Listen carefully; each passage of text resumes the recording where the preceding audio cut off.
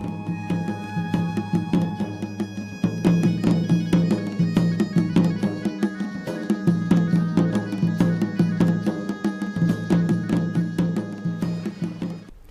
मैं हूं समृद्ध मिश्रा और इंडिया वॉइस पे वक्त हो चला है देवभूमि समाचार का। तो बुलेटिन की शुरुआत करते हैं।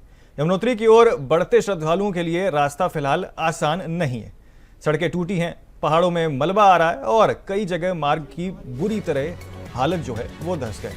यमुनोत्री नेशनल हाईवे की हालत बदतर हो चुकी है और वहीं फूलचट्टी के पास लगभग 400 मीटर सड़क का हिस्सा लगभग 1.5 मीटर नीचे धंस गया।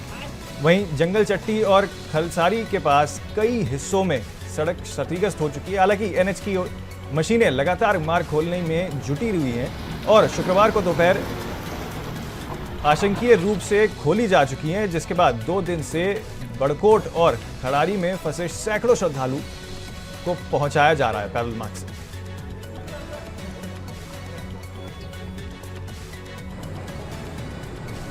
यहाँ पर स्थिति बहुत गंभीर है। यहाँ छोटी गाड़ी भी नहीं निकल रही है। प्रशासन अभी चुप बैठा हुआ है। तो बड़ी गाड़ियाँ तो यहाँ आ ही नहीं सकती सर। अब यात्रा भी शुरू होने वाली है। यात्रा शुरू होने रहा, काम दाम भी कुछ होने रहा है। तो ये बैठ क्यों रहा होगा? नीचे नदी का कटाव हो रहा है, शायद उसी से बैठा है नीचे। तो इसका कोई उपचार नहीं किया इन्होंने अभी तक? अभी कुछ नहीं किया सर। उपचार नहीं करेंगे तो फिर यात्रा भी चौपट है। हाँ, हम आ रहे हैं, अहमदाबाद से आ रहा हूँ मैं, अल्तोष पटेल नाम है। यात्रा आगे खराब है तो यह क्या बोलते हैं कि यहाँ से बुकिंग किया उनको ही बोल देना चाहिए कि ये जगह नहीं जाएगा, अभी केदार जाएगा या बद्रीनाथ जाएगा, जिसको आना हो तो बोलो। तो परेशानी है तो कभी परेशानी का बात बन जाए और यात्रा धाम में नाम खराब हो, ऐसा बन सके ना सर। बेलगाम से आए, 2 दिन हो गया, हम इधर ही थे बालकोट में। आज सुबह 1:30 बजे खोला है, अभी जस्ट आ गए। तो अभी इधर क्या रुके हैं? इधर हम वापस बालकोट में नहीं, इधर किस वजह से रुक गए? रुके यानी ये गाड़ी इधर ये है ना स्टक, इसके लिए। रोड पूरी खराब हो रखी। हाँ। रानीखेत में मुस्लिम समाज द्वारा बीती रात चेहल्लूम के मौके पर श्रद्धा और अनुशासन के साथ जुलूस निकाला गया। चेहल्लूम करबल के मैदान में इमाम हुसैन और उनके साथियों की शहादत को याद किया गया। उनके बलिदान के 40वें दिन जो है उसको मनाया गया है। इस अवसर पर मुस्लिम समुदाय द्वारा ताजिए की शोभा यात्रा निकाली गई, जिसमें समाज के लोगों ने पारंपरिक अंदाज में भाग लिया। जुलूस के साथ समाज का अखाड़ा भी शामिल हुआ है, जिसने रास्ते भर में करतब दिखाकर लोगों को ध्यान आकर्षित करने का काम किया। इमामबाड़े में लंगर का आयोजन भी किया गया है। इसी के साथ आपको बता दें कि जहां धर्मों के लोग उन्हें पहुंचकर सामूहिक भोजन ग्रहण किया है। ताजियों के निर्माण में योगदान देने वालों को समाज की ओर से सम्मानजनक और सम्मानित भी किया गया। चेहल्लूम का यह कार्यक्रम न केवल एक धार्मिक श्रद्धांजलि था, बल्कि सामाजिक सौंदर्य का भी एकता का भी संदेश लेकर आ गया। तो रानीखेत में चेहल्लूम पर मुस्लिम समाज ने जुलूस जो निकाला है उसकी तस्वीरें भी हम आपको दिखा रहे हैं।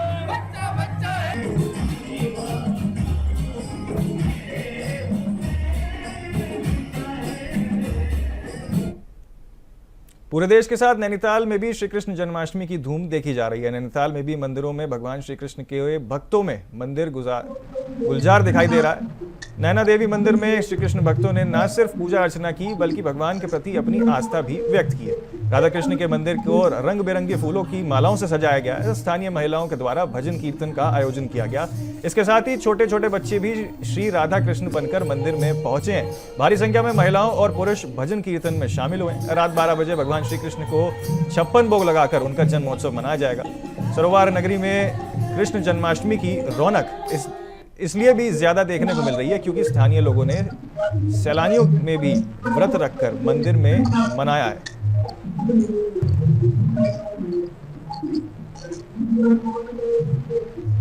जन्माष्टमी मनाया जा रहा है। हर कोई अपना श्रद्धा के हिसाब से भोग लेके आ रहे हैं। श्याम जी को भोग लगा रहे हैं और क्या कहते हैं, बहुत धूमधाम से जन्माष्टमी मना रहे हैं, सब खुश और मस्त होकर के।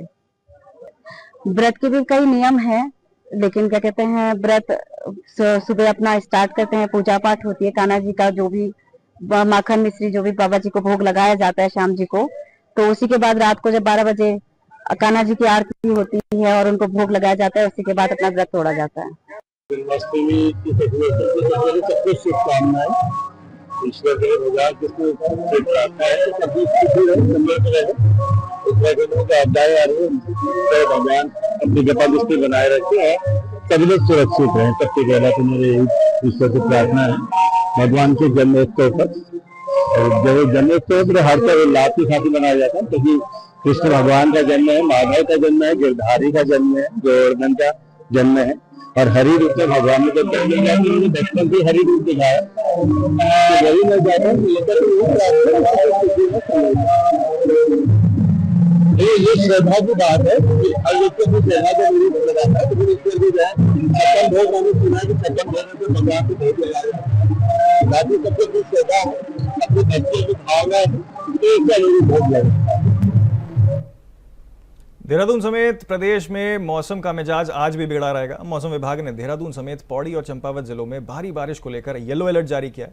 इन क्षेत्रों में तेज बारिश के चलते बाढ़ और भूस्खलन की आशंका जताई जा रही है।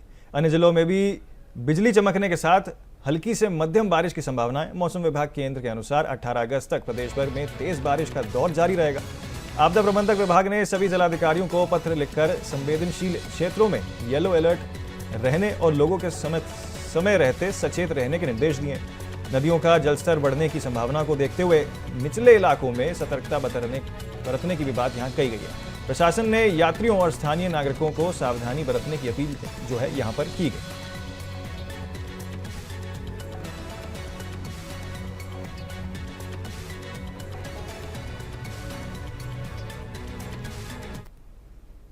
भारत रत्न और देश के पूर्व प्रधानमंत्री अटल बिहारी वाजपेयी जी की पुण्यतिथि पर मसूरी में एक भावुक माहौल देखने को मिला।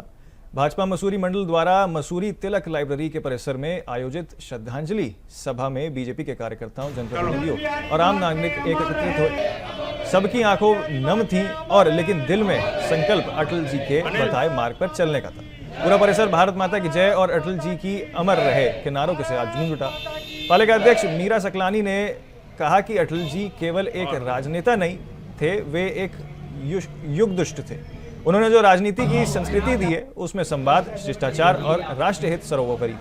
आज उनकी बहुत कमी महसूस होती है। अटल बिहारी वाजपेयी जी ने केवल एक राजनेता नहीं बल्कि एक विचारधारा, एक कार्यरत और एक जननेता था।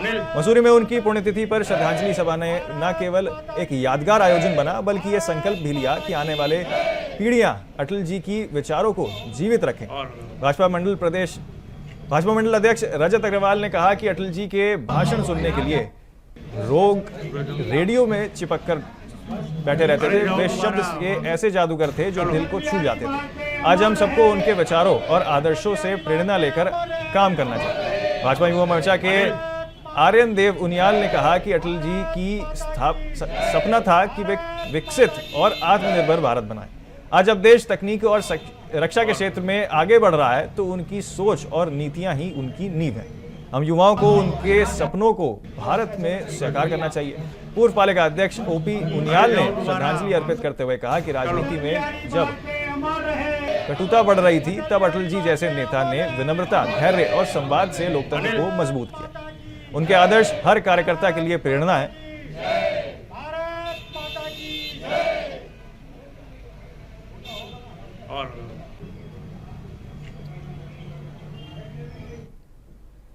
मुख्यमंत्री पुष्कर सिंह धामी ने पूर्व प्रधानमंत्री भारत रत्न अटल बिहारी वाजपेयी की पुण्यतिथि पर मुख्यमंत्री कैंप कार्यालय में उनके चित्र पर पुष्प अर्पित कर श्रद्धांजलि दी। मुख्यमंत्री ने कहा कि अटल जी का जीवन देशभक्ति, समर्पण और सेवा का अनुपम उदाहरण था, जो हमें सदैव निर्माण के पथ पर आगे बढ़ने की प्रेरणा देता है।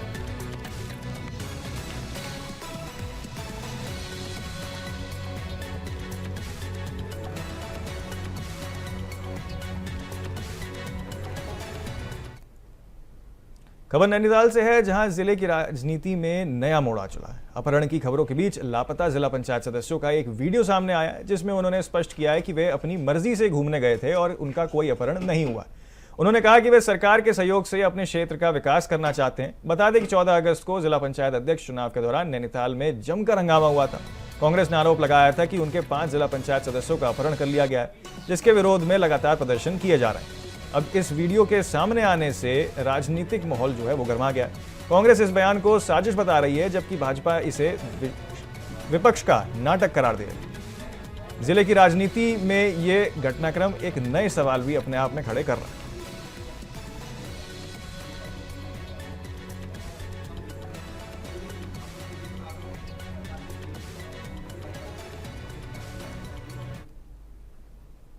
नैनीताल जनपद में जिला पंचायत अध्यक्ष और उपाध्यक्ष पद पर चुनाव के दौरान हाई प्रोफाइल ड्रामे पर आरोप प्रत्यारोप का राजनीतिकरण जो है वो शुरू हो चुका है।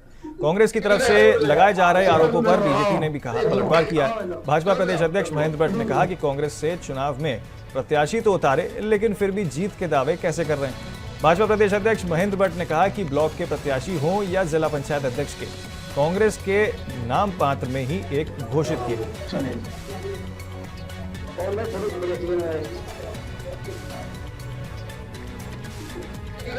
भैया ये आरोप कब लगा जब तुम्हारा कैंडिडेट लड़ाने के लिए हो। केवल 7 ब्लॉक प्रमुख उन्होंने घोषित किए थे। जिला पंचायत के अंदर उन्होंने जहां घोषित किए वहां है वो भी 4 घोषित किए थे। तो जब परिणाम चुनाव लड़ाने के लिए व्यक्ति ना हो तो इस प्रकार के आरोपों का तथ्य बसता नहीं है। कांग्रेस अपने गिरबान में झांके और माने कि भारतीय जनता पार्टी का जो प्रभाव है, जनता का जो विश्वास है, जनता के मतदाताओं पर धन्यवाद करने का एक अवसर कांग्रेस के बाद तो धन्यवाद उनको करना चाहिए जनता। कांग्रेस के वरिष्ठ प्रदेश उपाध्यक्ष सूर्यकांत धस्माना ने उत्तराखंड में आपदाओं को लेकर राज्य सरकार पर गंभीर आरोप लगाए। उन्होंने कहा कि सरकार और प्रशासन को आपदाओं की आदत पड़ चुकी है और अब चाहे 10 लोग मरे, 50 या 100, इनके लिए इन संख्याओं का कोई महत्व नहीं। उन्होंने जोशीमठ, धराली और हरसील जैसे आपदा प्रभावित इलाकों का जिक्र करते हुए कहा कि वहां बड़े भाजपा नेता तक नहीं पहुंचते, सिर्फ मुख्यमंत्री गए, वे भी अपने पद की जिम्मेदारी निभाने के लिए। कांग्रेस नेता धस्माना ने कहा कि 1991 के उत्तरकाशी भूकंप से लेकर 1999 की टिहरी, चमोली और रुद्रप्रयाग भूकंप तक उन्होंने कई आपदाएं देखी, लेकिन आज जितनी संवेदनहीन सरकार है वैसी पहले कभी नहीं। उनका आरोप है कि भाजपा ने अपने कार्यालय में आपदा प्रबंधक के लिए कोई ठोस कदम नहीं उठाया है और चुनाव के समय नेता वोट खरीदने में व्यस्त, जबकि आपदा पीड़ित अपने हाल पर छोड़ दिए गए।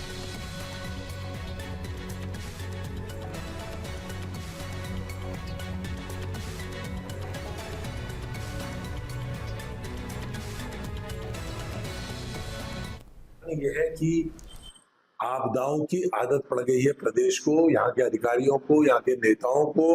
उनके लिए संख्या कोई मायने नहीं रखती। 1 मरे, 100 मरे, 1000 मरे, उनका कोई भावनात्मक लगाव इन संख्या से नहीं है। जिनके घरों में जान जाती है, जिनके घरों में लोग मरते हैं, जिनके घरों में लोग जो तबाह हो जाते हैं, जिनका सब कुछ लूट जाता है, वो पीड़ा में करहाते रहते हैं। सरकारों को कोई लेना देना नहीं। रैनी में हुआ, 4 दिन, 6 दिन, 10 दिन अखबारों में छपा, चैनल में चला, लोगों ने आंसू बहाए, लोग गए, उसके बाद लोग रैनी भूल गए। इसी प्रकार से जोशीमठ धसा, जोशीमठ में मकान टूटे, होटल टूटे, लोगों का कारोबार तबाह हुआ, 10 दिन, 20 दिन, 1 महीना चला, उसके बाद लोग भूल गए। हमने 1991 की भूकंप देखा है उत्तरकाशी का, हमने 1999 का टिहरी का, रुद्रप्रयाग का और चमोली का भूकंप देखा है। हमने तमाम आपदाएं देखी हैं, लेकिन आज की सरकार जिस प्रकार से संवेदनहीन है, मैं समझता हूं कि इतनी संवेदनहीन सरकार कभी नहीं रही। अब आपके सामने इतना बड़ा धराली का मामला है। धराली में मैं पूछना चाहता हूं, भाजपा के प्रदेश अध्यक्ष वो देहरादून में बैठ करके जिला पंचायतों को खरीदते रहे, क्षेत्र पंचायतों की जोड़तोड़ करते रहे। एक बार भी क्या भारतीय जनता पार्टी का कोई जिम्मेदार पदाधिकारी धराली गया? धराली नहीं गया, हरसिल नहीं गया, लोगों के आंसू पोंछने नहीं गया। मुख्यमंत्री गए, वो मुख्यमंत्री है भाई प्रदेश के, मुख्यमंत्री नहीं जाएंगे तो कौन जाएगा? अधिकारी गए, कोई एहसान किया? 1 हफ्ते बाद अगर वहां पर आईजीपी नहीं पहुंचा, वहां पर डीआईजी नहीं पहुंचा, वहां पे कमिश्नर नहीं पहुंचा, वहां पे अधिकारी, ये केवल खाना पूर्ति हो रही है। वास्तव में आपने जो बात कही वो बिल्कुल सही है कि कोई भी आपदा आती है, 2 दिन, 4 दिन, 10 दिन सुर्खियां बनती है, उसके बाद जो लोग प्रभावित होते हैं उनको कोई पूछने वाला नहीं होता। लेकिन कांग्रेस की सरकारों में जब 2013 में आपदा आई, पहले जरूर सरकार के कदम डगमगाए, लेकिन उसके बाद जब सरकार ने उस पर पूरा केदार घाटी का पुनर्निर्माण का काम, केदार घाटी में जो प्रभावित लोग थे उनके पुनर्वास का काम, उनके देखरेख का काम जो किया, वो उदाहरण है। लेकिन भाजपा की सरकार में पिछले 8 साढ़े 8 वर्षों में कोई भी आपदा आई हो, वो 10 दिन 12 दिन सुर्खियों में रहती है, उसके बाद कोई सुध लेने वाला उनका नहीं होगा। धर्मपुर विधानसभा के मथुरावाला क्षेत्र में एक महत्वपूर्ण राजनीतिक परिवर्तन देखने को मिला है जब कांग्रेस पार्टी के समर्थन में जन समर्थन बढ़ता नजर आया। प्रदेश कांग्रेस अध्यक्ष करण माहरा और प्रदेश महिला कांग्रेस अध्यक्ष ज्योति रौतेला की उपस्थिति में आयोजित एक विशेष कार्यक्रम में वरिष्ठ भाजपा नेता और पूर्व ग्राम प्रधान नवीन छेत्री ने बीजेपी की जन विरोधी नीतियों से असहमति जताते हुए कांग्रेस की सदस्यता ली। उनके नेतृत्व में दर्जनों युवाओं, महिलाओं और पुरुषों ने भी कांग्रेस का दामन थाम लिया। कार्यक्रम में सभी नव शामिल सदस्यों को कांग्रेस का पटका पहनाया गया और सम्मानित किया और पार्टी की विचारधारा, लोकतांत्रिक मूल्यों व जनसेवाओं के संकल्प से अवगत भी कराया गया। इस अवसर को लेकर क्षेत्र में कांग्रेस के बढ़ते प्रभाव और जनता के बीच बदलती राजनीतिक रुझान के संकेत के रूप में देखा जा सकता है।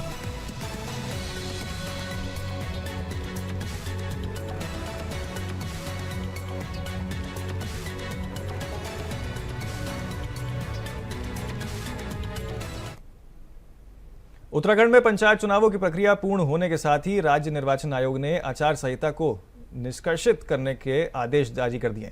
ये आचार संहिता प्रदेश को 12 जनपदों में पंचायत चुनावों के चलते लागू की गई थी, जो चुनाव प्रक्रिया की निष्पक्षता और पारदर्शिता सुनिश्चित करने के लिए उद्देश्य से प्रभावित रही। चुनाव आयोग ने चुनाव संपन्न होते ही संबंधित जिलों में प्रशासनिक और विकासात्मक गतिविधियां पुनः गति पकड़ सकेंगी।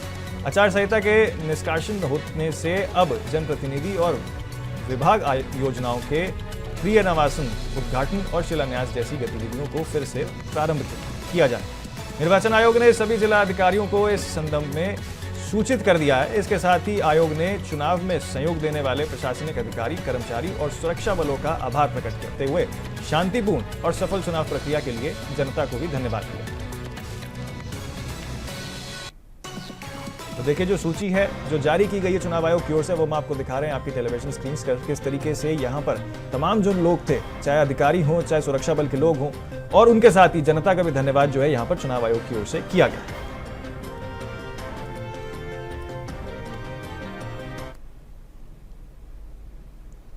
उत्तराखंड हाईकोर्ट ने वर्षों पहले स्पष्ट निर्देश जारी कर दिए थे कि नदियों के किनारे से 200 मीटर की परिधि में कोई भी निर्माण कार्य ना किए जाए, लेकिन हकीकत यह है कि राज्य के किसी भी शहर में इस आदेश का पालन नहीं हुआ। अब मानसून सीजन में आपदाओं का विकराल रूप इसी लापरवाही का नतीजा बनकर सामने आ रहा है। हालत इतनी गंभीर है कि जगह जगह बस्तियां खतरे की जड़ बन चुकी हैं और भारतीय जनता पार्टी के वरिष्ठ विधायक खजान दास ने भी इस सच्चाई को स्वीकार किया है। उनका कहना है कि नेता की वोट की राजनीति के चलते नदियों के किनारे अवैध बस्तियां बसाते हैं और आपदा आते ही वहां बस्तियां सबसे ज्यादा प्रभावित होती हैं और आपदा का कारण भी बन जाती। सुनिए क्या कुछ कहा। देखिए, मैं कहना चाहूँगा कि ये विशेषकर कुछ कमियां हम लोगों की भी है। हम नदी नालों में लोगों को बसाने का काम भी करते हैं, स्वयं जनप्रतिनिधि इसके लिए जिम्मेदार हैं। हम सारी व्यवस्थाएं वहाँ पर उपलब्ध करवा देते हैं, सड़क, पानी, बिजली। पहले ही ये जिस तरह से चिन्हित किया गया था कि 200 मीटर की परिधि में कोई निर्माण कार्य नहीं होना चाहिए, फिर भी लोग नहीं मानते हैं और आज ये खामियाजा भुगतना पड़ रहा है। ये फिर सरकार की जिम्मेदारी बन जाती है कि यदि नहीं बनाने देते हैं तब भी जिम्मेदार हैं, और बनाने देते हैं तो इस तरह की घटनाएं होती हैं। इसलिए आइंदे के लिए हमको सचेत रहने की आवश्यकता है। मैं तो यही आग्रह करूंगा कि कभी भी नदी नालों के किनारे जो निर्माण होते हैं वो बड़े गंभीर परिणाम इसके होते हैं। इसका जीता जागता उदाहरण हमें कई उदाहरण मिल गए हैं उत्तराखंड में, चाहे वो 2010 की आपदा हो, चाहे 2013 की आपदा हो, और लगातार आपदाएं आते रहती है, चाहे वो हिमाचल प्रदेश हो, चाहे उत्तराखंड प्रदेश हो। ये आपदाओं को रोकने के लिए आपदाओं को रोक भी नहीं सकता, किंतु विशेषकर हम इस बात का सबक ले सकते हैं कि जो घटनाएं घट रही है उसको थोड़ा सा हम निर्माण कार्यों में प्रतिबंधित करें, जहां पर खतरा है वहां पर न करें तो बेहतर होगा। केदारनाथ यात्रा मार्ग पर श्रद्धालुओं पर हुए लाठीचार्ज को लेकर कांग्रेस ने सरकार पर जमकर हमला बोला है। कांग्रेस की मुख्य प्रवक्ता गरिमा मेहरा दोसानी ने इस घटना की अतिथि देवो भव की संस्कृति पर काला धब्बा बता। उन्होंने कहा कि यात्रा के दौरान श्रद्धालुओं पर लाठीचार्ज करना पूरी तरह से असंवेदनशीलता और कूम प्रथा को प्रचलित करता है। गरिमा ने आरोप लगाया कि जब मौसम खराब था और प्रशासन ने रेड अलर्ट जारी किया था, तब यात्रा को रोकने के बजाय भक्तों पर लाठियां बरसाई जा रही थी, जो कि शर्मसार है। उन्होंने कहा कि चारधाम यात्रा ने केवल धार्मिक आस्था का प्रतीक है, बल्कि उत्तराखंड की पहचान और राज्य की अर्थव्यवस्था का महत्वपूर्ण हिस्सा भी है। इसलिए श्रद्धालुओं के इस दुर्व्यवहार की पूरी अस्वीकार्यता है। कांग्रेस ने सरकार से माफी मांगने और भक्तों से ऐसी घटनाओं से बचने के लिए बेहतर प्रबंधन करने की मांग भी की है। तो देखिए, आपको तस्वीरें दिखा रहे हैं जो पिछले दिनों वायरल हुई, जिसमें किस तरीके से यहां पर श्रद्धालुओं के ऊपर लाठीचार्ज करते हुए पुलिसकर्मी नजर आ रहे हैं। इसकी कठोर शब्दों में निंदा जो है कांग्रेस की प्रवक्ता की ओर से की गई है और सरकार को घेरने का काम जो है यहां पर कांग्रेस पार्टी लगातार कर रही है। आज केदारनाथ यात्रा मार्ग पर सोनप्रयाग में जो कुछ भी हुआ वो बहुत ही विभत्स और भर्त्सनीय है। वो कुप्रबंधन और असंवेदनशीलता की पराकाष्ठा है। जब आपके पास व्यवस्थाएं नहीं हैं, तो फिर आप बड़े बड़े विज्ञापनों के जरिए क्यों देश और दुनिया के लोगों को संदेश देते हैं कि आइए हमारी चारधाम यात्रा पर। अब तो हम साल भर चारधाम यात्रा शुरू करने जा रहे हैं। शीतकालीन यात्रा, ग्रीष्मकालीन यात्रा, ऑल वेदर रोड चकाचक हमारे पास है। ये सारी बातें आप ही के द्वारा तो कही गई। और मैं अभी भाजपा के प्रवक्ता सुरेश जोशी को सुन रही थी, उन्होंने कहा कि शायद इन श्रद्धालुओं को पता नहीं था, जानकारी नहीं थी कि रेड अलर्ट है उस क्षेत्र में, रुद्रप्रयाग में, और शायद यात्रियों को नहीं पता था कि यात्रा बाधित की गई है। तो जब ये बात स्वयं भाजपा स्वीकार कर रही है कि यात्रियों को नहीं पता था, तो ऐसे में क्या ये सलूक किया जाता है? यह है आपका अतिथि देवो भव की संस्कृति। ये तो काला धब्बा है जो आप लाठीचार्ज उन पर कर रहे हैं। आस्थाओं पर चोट नहीं मारी जाती, लाठी नहीं मारी जाती। एक तरफ कांवड़ियों पर के पांव पखारेंगे, हेलीकॉप्टर से पुष्प वर्षा करेंगे, वहीं दूसरी तरफ इनका क्या दोष है? क्या पाप किया है? कोई आतंकवादी है ये लोग जो लाठीचार्ज किया आपने इनके ऊपर? क्या लाउड स्पीकर से उनको समझाया बुझाया नहीं जा सकता था कि आपकी जान खतरे में है, रेड अलर्ट जारी हो रखा है, यात्रा मार्ग बाधित है? ये सारी बातें क्या लाउड स्पीकर से यात्रियों के समझ में नहीं आती क्या? ये कौन सा एक्सट्रीम स्टेप लेने की जरूरत पड़ी आपको? ये गुस्सा आपकी नाकामी का है, ये गुस्सा आपके कुप्रबंधन का है, ये गुस्सा इस बात का है क्योंकि आपकी व्यवस्थाएं माकूल नहीं है। आप बुला तो लेते हैं लोगों को, लेकिन फिर उनको संभाल कर नहीं रख पाते, क्योंकि आपको लगातार जिहाद और बुलडोजर पॉलिटिक्स पर बैठकें करनी है। आपका ध्यान है कहां चारधाम यात्रा पर या हमारे पर्वतीय अंचल के संवेदनशील इलाकों पर? लगातार जो है चारधाम यात्रा के साथ आप खिलवाड़ कर रहे हैं, जो आने वाले समय में उत्तराखंड के लिए बहुत नुकसानदायक होने वाला है, क्योंकि यही लोग जो आज चोटिल हुए हैं, ये अपने गांव, अपने प्रदेश में जाकर बताएंगे कि उत्तराखंड ने उनके साथ क्या सलूक किया। फिलहाल के लिए देवभूमि समाचार में इतना ही। जल्द होंगे हाजिर। आप देखते रहिए तमाम अपडेट्स के लिए इंडिया वॉइस।